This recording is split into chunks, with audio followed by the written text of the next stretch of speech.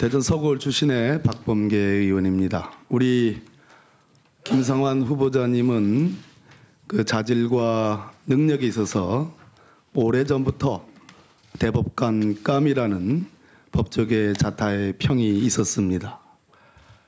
저 암묵했던 박근혜 정부의 국정농단의 상징이었던 원세훈 전 국정원장을 2심 재판장으로 실형 3년을 선고하면서 법정 구속을 한 바 있습니다. 그러나 오늘 존경하는 야당 의원님들의 우리 후보자님에 대한 도덕성 검증이 매우 세찰 것으로 예측이 되기 때문에 본 의원이 우리 후보자께 먼저 그 점에 대해서 질문을 좀 드리고자 합니다. 짤막하게 답변을 하셔야지 소화가 가능할 것 같습니다. 위장 전입이라는 부분이 있는데요. 서울 도봉구 창동의 미래빌라, 압구정동 현대아파트, 또 서초구 서초동의 장인주거지, 이렇게 단기간에 94년부터 96년까지 부산과 울산에 근무할 당시에 실제 거주지와 주소지가 다른 건 맞죠? 예. 그러나 이 의도는 분양을 할 수 있으면 분양 신청을 할 의사는 있었지만 실제로는 분양을 실행해서 소위 투기를 한 바는 없죠. 예. 그래서 경제적 혹은 자녀 교육과 관련해서 부당한 이득을 취한 바는 없습니다. 맞습니까, 후보자님? 네. 이렇게 이사를 전입 신고를 여러 번 하게 된 것은 오늘 후보자께서 말씀하신 그 절절한 어머니, 그러니까 갑자기 또 형과 같이 지내시다가 이사를 가게 되셨죠. 네. 또 그 뒤에 외조모, 처외조모도 역시 마찬가지 이사를 가는 바람에 장인 주소로 전입 신고를 하게 됐습니다. 맞습니까? 맞습니다. 위장 전입 문제는 2005년 7월 이전에는 그다지 큰 문제가 되지 않기 때문에 현재 어느 정부든 고위공직자 인사검증에서 2005년 7월 이후의 위장 전입만 문제를 삼고 있습니다. 그 점 알고 계십니까? 알고 있습니다만은 그래도 약간 내세울 만한 네. 일은 아니다 이렇게 생각하시죠? 네. 어찌됐든 실제 거주지와 주민등록상의 주소지가 다른 점은 미안해야 되겠습니다. 어떻습니까? 저야 사려 깊지 못한 잘못에 대해서 솔직히 인정하고 대법관 후보자에 대한 국민의 기대에 부합하지 못한 게 대해서 깊이 사과의 말씀을 드리고 싶은 심정입니다. 네. 또 상계동의 보람 아파트의 매수와 매도 두 건, 뭐 매수를 하면 매도할 수 있으니까요. 동전의 앞뒤면인데 이 두 건에 소위 이 다운 계약서를 작성했다는 의혹이 있습니다. 이 부분은 후보자님 어떻게 답을 해주시겠습니까? 저희 배우자가 92년대 보람 아파트를 살 당시에 관련 자료를 전혀 갖고 있지 못해서 네. 그 부분에 대해서는 위원님 죄송합니다만 정확한 자료를 제출할 수 없는 입장인 거고요. 기억상으로는 어떻습니까? 기억상으로는 그 두 번째 그 보람 아파트를 팔 당시에는 저희들이 역시 관련 매매 계약서를 갖고 있지는 않지만 저희들이 받았던 매매 대금과 국토교통부의 차이가 있다라는 점에 비춰본다면 그 당시 관행에 따라서 역시 다운 계약서를 작성했을 것으로 저희들은 지금 추측하고 있습니다. 실거래가를 기준으로 신고를 하도록 되어 있는 게 2006년 1월부터입니다. 그전에는 사실상 지방세 과세 표준액도 실거래가의 한 30% 정도를 신고를 하면 취득세를 그걸 기준으로 납부를 했기 때문에 취등록세의 소위 탈루 여부는 제가 보기에는 없다고 보여집니다. 법상으로는. 어떻습니까? 그렇게 알고 있습니다. 자, 잠원동 동아아파트에 다운계약서를 작성을 했습니다. 이 점은 어떻게 평가하십니까, 스스로? 이 역시 안일하게 법관으로서 사려 깊지 못하게 대처한 것에 대해서 역시 국민들에게 또 위원님들에게 네. 잘못을 솔직하게 인정하고 사과의 말씀을 드리고 싶습니다. 제가 아까 말씀드렸듯이 2006년에 실거래가 신고가 의무화되기 전에 2001년도 거래가액입니다. 그 당시는 지방세 시가 표준액의 한 30% 정도를 신고하고 거기에 맞춰서 취등록세를 내면 됐기 때문에 법상의 위반은 아닌 것으로 보여집니다. 그러나 가장 고도의 도덕성을 요하는 대법관 후보로서는 이 점은 미안한 일이라고 생각합니다. 그렇게 인정을 하시죠? 네. 자, 여러 아파트를 다니셨는데요. 그중에 반포동 반포 아파트 348동 403호 이 아파트는 제주지방법원에 근무를 하는 당시에 샀습니다. 제가 이제 제주지방법으로 부장판사로 초임부장으로 부임되기를 앞두고 있는 상태에서 앞두고 샀습니까? 재건축이 예정돼 있는 아파트였죠? 네, 그렇습니다. 이미 재건축 조합은 만들어졌고 재건축이 진행되는 상황이었습니다. 그죠? 이 점은 실제로 그 뒤에 반포동 반포자이 아파트와 관련해서 이 두 아파트를 중복해서 소유하는 시점이 한 6개월 정도 중복이 됩니다. 이제 그 재건축 직전에 있는 그 아파트를 구입한 거고요. 그것이 재건축을 통해 가지고 반포 자이 아파트로 변화한 아, 거죠. 그랬습니까? 네네. 예, 그렇군요. 그러면 반포동 반포자이 아파트하고 그 뒤에 지금 현재 살고 계시는 노건 한신 아파트 네. 이 두 아파트의 관계는 어떻게 됩니까? 저희들이 그 반포 자이 아파트를 한 10년간 소유를 하고 있었는데요. 그 전에 저희 여러 가지 뭐 금융체불랄지 생활비용이랄지 여러 가지 좀 힘든 상황이 좀 있었습니다. 그래서 자이 아파트에 살면서도 그 전세를 주고 저희들도 전세를 살던 기간이 있었습니다. 4년간 저는 다른 곳에서 살다가 또 전세 기간이 끝나가지고 집주인이 이제 나가자고 해서 저희들이 이사를 갈 형편이었는데 반포 자이 아파트로 전세 보증금을 반환하면서 돌아갈 수는 없는 여러 가지 경제적 사정이어서 그 당시에 있었던 여러 가지 경제적 부담을 좀 총정리해서 규모를 줄여서 이사를 하는 것이 어떻겠냐라고 해서 자이 아파트를 팔고 그 규모가 가격이 훨씬 낮은 지금의 노건 한신 아파트로 이사하게 된 것입니다. 1가구 2주택이 시점이 후보자 이 기간 중에 전체적으로 법관하는 기간 중에 사실은 없지요. 저희 집을 소유하고 있던 집을 팔고 사는 과정에서 딱 한 건이 그 시차가 안 맞아가지고 일시적으로 1가구 2주택이 되는 건 이외에는 20여 년간 줄곧 저는 예, 1가구 정리해 주시기 바랍니다. 예. 예, 자유한국당 김승희 의원입니다.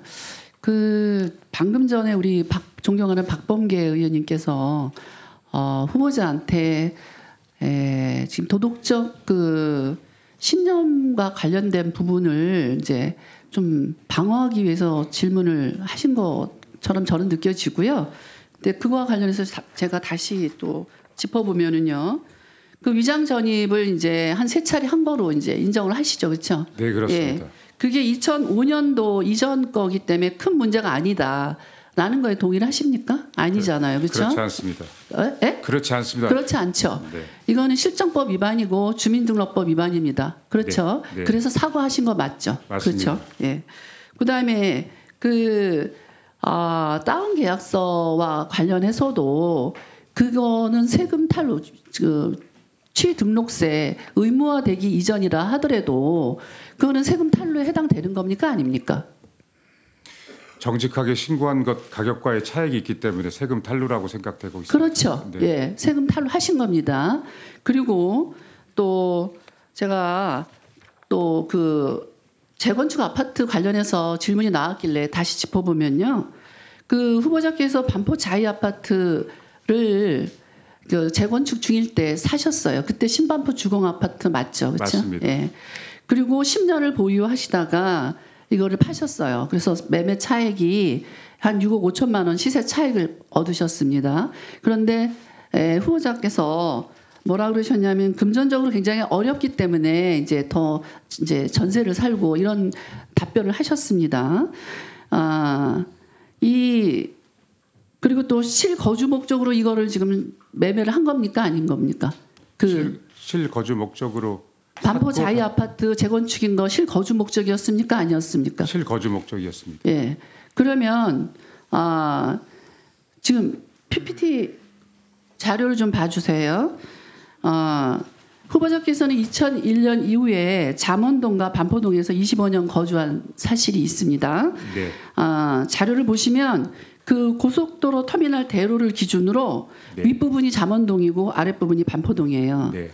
그리고 잠원동 대림아파트 1번입니다. 거기 대림아파트에 거주하면서 잠원동 거주를 시작하셨어요. 맞죠? 맞습니다. 그리고 동아아파트로 또 이동을 하셨어요. 네. 그리고 그때 이제 제주도 근무를 하시고 돌아오셔서는 신반포 9차 아파트에 또 살게 됩니다. 네. 그게 3번 지금 이제 PPT 자료에 그 재건축 입주가 가능해진 자이 아파트를 2009년부터 2년 10개월 정도 살다가 다시 잠원동으로 이사를 옵니다. 그렇죠? 네. 그 후보자 말대로라면 지금 실거주 목적으로 이제 구입했던 반포동 자이 아파트에는 2년 10개월만 사셨어요. 그렇죠? 네네. 경제적 이유라면 그 아파트를 팔았어야지 마땅한데 팔지 않고 보유하고 있다가 2015년도에 매도를 하셨어요. 그래서 그거는 실거주자 이 아파트를 이제 매도했을 때 비과세 조건인 1가구 1주택 비과세 조건인 2년 거주하고 3년 보유 이상 그거를 갖추기 위해서 이렇게 한 거 아닙니까? 돈이 목적이었다면 그걸 팔고 원하는 데 가서 사셨어야 되는데 그거를 계속 전세를 주고 보유하고 있다가 나중에 2015년도에 시세 차익이 굉장히 많이 있을 때 팔았거든요. 그래서 딱 2년 10개월만 산 거는 그 1가구 1주택 비과세 요건을 갖추기 위한 거 아닙니까? 위원님, 솔직하게 말씀해 주세요. 네, 솔직하게 말씀드리겠습니다. 지금 네. 저희들은 새 아파트였기 때문에 주거 환경도 좋아서 입주가 가능한 시점부터 계속 살았었습니다. 그런데 그 사는 그 2년 기간 동안 사실은 이런저런 부담이 많아서 당연히 그곳에서 계속 살고자 하는 바람이 있었지만 그걸 함께 유지할 수 없었던 네, 여러 부담이 사정이 많아서 있어서 네네, 그렇게 부담이 됐었던 많아서 것이지. 다시 전세를 주고 딴 데 전세를 갔으면 네네. 그리고 그게 아까 답변하신 그 경제적인 사유라면 그 아파트를 그때 팔아야 되는 거예요. 그거를 보유하고 있다가 시세가 굉장히 올라갔을 때 나중에 팔으셨거든요. 저희들 입장에서는 그래도 아파트를 계속 소유하면서 언제는 다시 전세를 주지만 돌아갈 수도 있지 않을까라는 근데 생각을 그게 상식적으로 맞지가 않아요.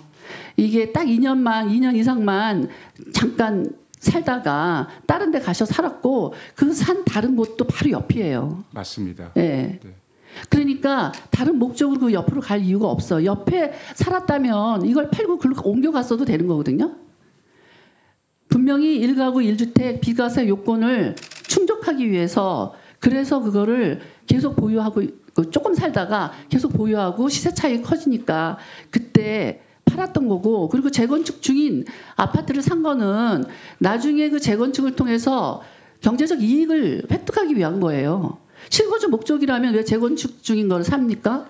그때 그 아파트는 살 수가 없는 재건축 중이라 다 이미 거주할 수 없는 상황인데 인정할 건 인정하셔야 되고요. 네. 예. 그리고 이번에 재산신고 신고 내역을 보면요. 2009년 10월달에 장녀와 장남 명의로 주택 청약 저축 계좌를 개설해서 장녀는 1,307만 원, 장남은 1,080만 원을 보유하고 있습니다. 그리고 그 당시에 주택 청약 저축을 했던 그 당시에 자녀들의 나이가 장녀는 14세고 만 14세고 장남은 13세예요. 결국 후보자와 배우자가 주택 청약 예금을 가입하도록 그렇게 상황을 만든 겁니다. 그렇죠? 위원님 그 내용은 좀 지금 당장 기억이 잘 안 나서 구체적으로 말씀드리는데 아니 이는 말씀하신 사실을 사실관계가 말씀드리는 맞으니까. 거예요. 네네. 아니 만 14세, 만 13세인 그런 아이들이 무슨 돈으로 주택 청약 예금을 불입을 할 것이며 그리고 그 의지가 그렇게 그 나이에 주택 청약 예금을 가입해야 되겠다고 자의적으로 그렇게 하는 건 아니잖아요. 부모가 그렇게 한 거잖아요. 네. 그러면 그리고 후보자, 배우자, 자녀 두 분, 모친, 그러니까 어머님도 지금 주택 청약 계좌를 갖고 계세요.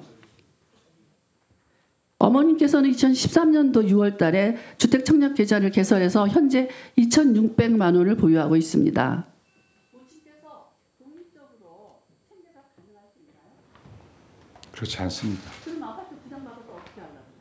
어머니는 나중에 추가 질의하도록 하겠습니다. 네.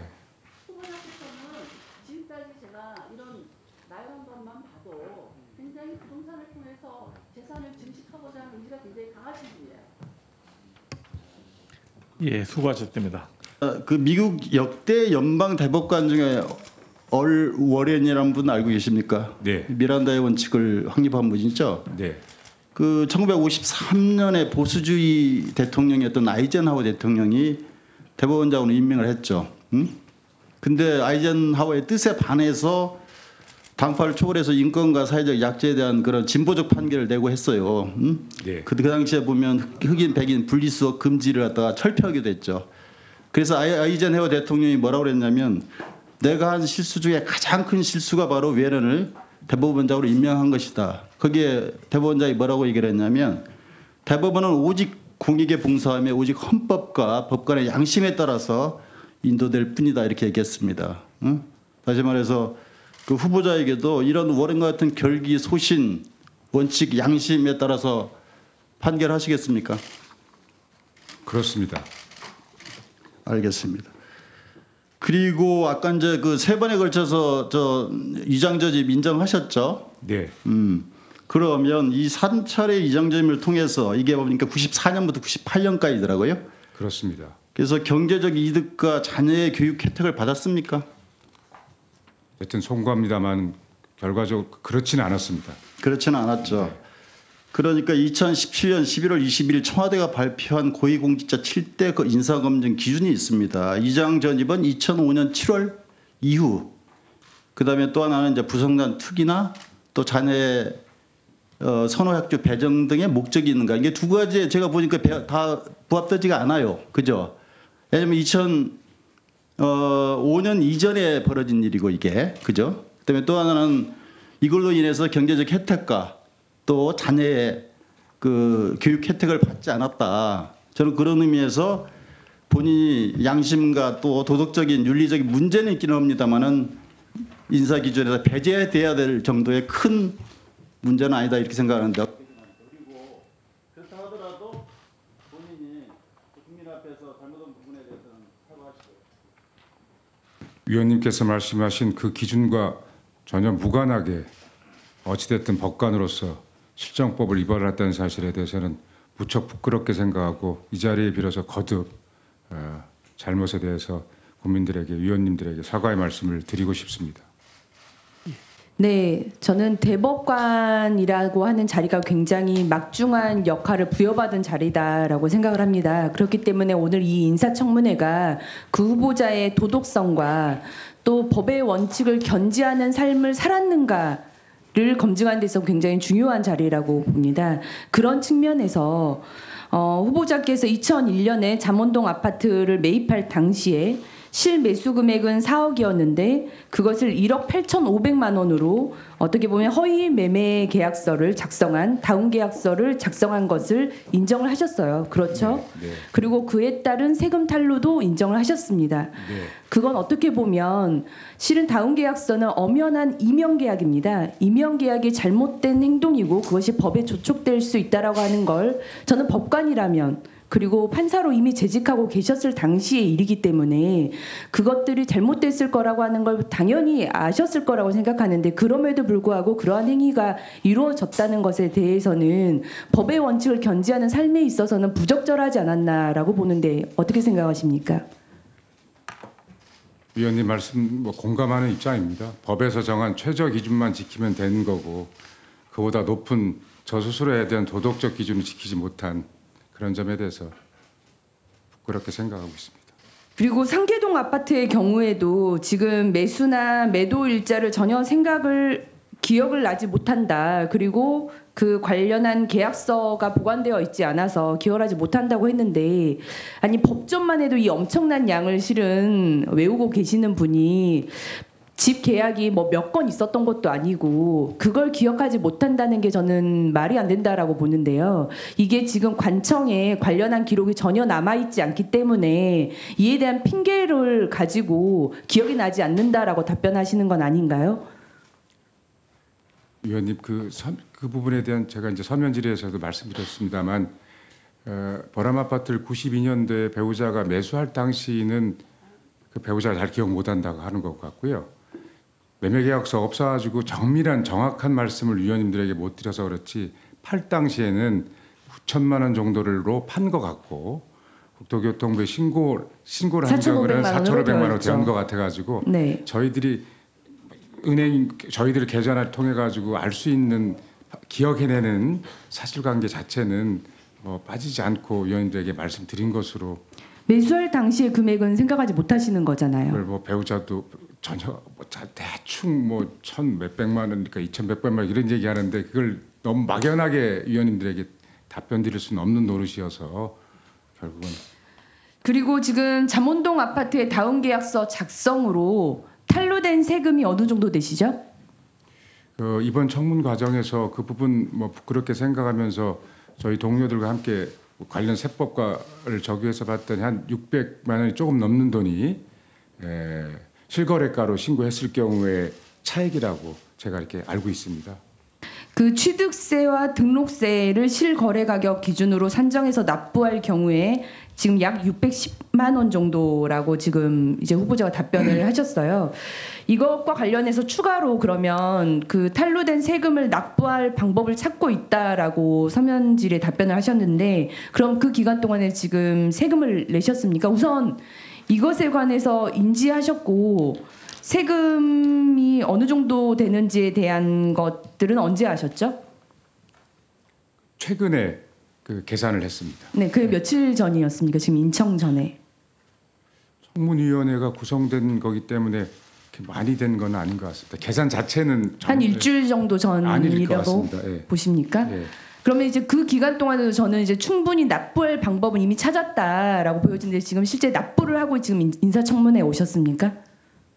위원님 그렇지는 않습니다. 왜?